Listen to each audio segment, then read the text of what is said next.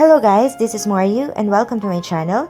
Ang lulutuin natin ngayon ay bukod sa healthy na, napakasarap pa na oyster talong kalabasa with ground pork and shrimp.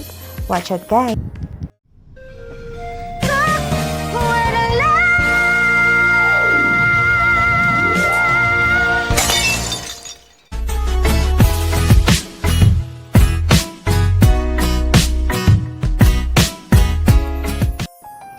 At ito na po ang ating mga ingredients. Chopped garlic, onion, tomato, soy sauce, brown sugar, pork cube, finger chili or siling haba, salt, ground pepper, oyster sauce, water, vinegar, talong or eggplant, kalabasa or squash, boiled ground pork, shrimp. Bali, pinalatan na natin ito at kinat into small pieces. Atin na lang isasamang ulo ng hipon.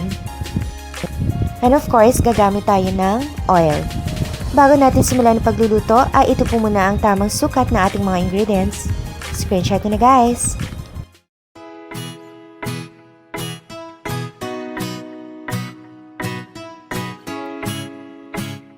Nagpainit na tayo ng oil. Ilagay na natin yung garlic.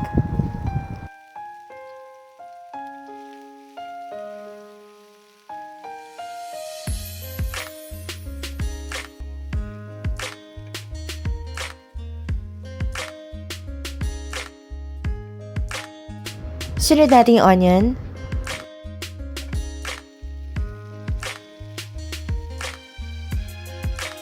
Tomato.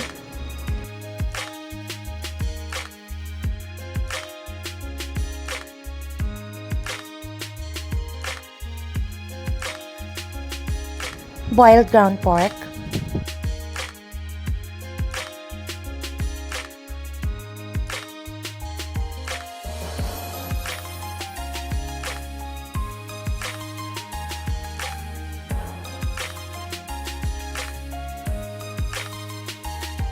Finger chili or siling haba.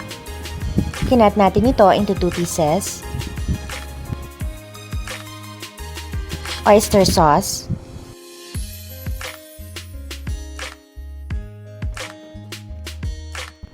Then the soy sauce.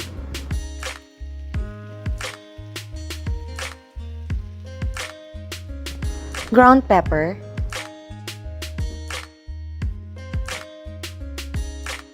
Water,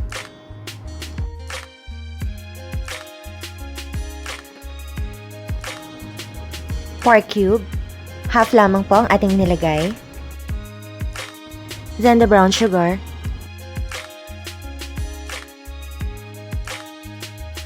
salt, vinegar, mix lang natin.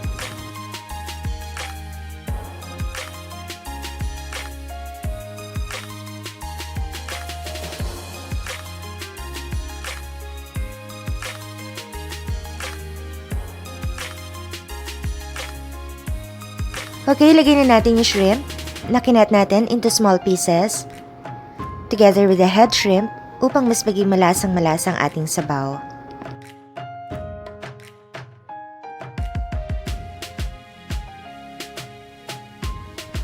Habang minimix natin ito, ay hintayin natin siya hanggang sa kumulo sa medium fire lamang at ilalagay na natin ating kalabasa.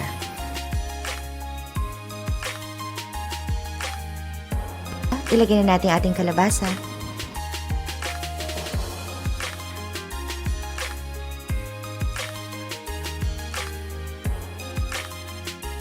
Okay guys, so simmer natin ito within 2 minutes at ilalagay na natin ating talong or eggplant. Takpan muna natin.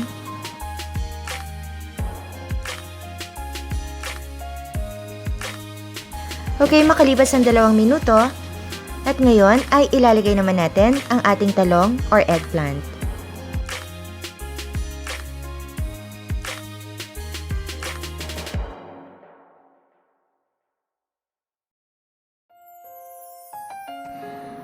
Ayan, simmer po muli natin siya within 2 to 3 minutes hanggang sa maluto ito. At ita-transfer na natin siya sa isang serving plate. Takpan po muli natin.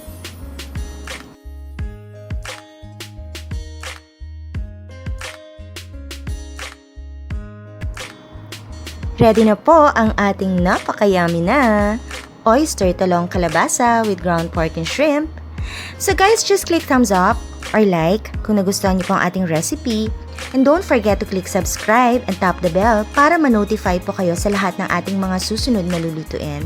So again, this is Mari. Thank you for watching.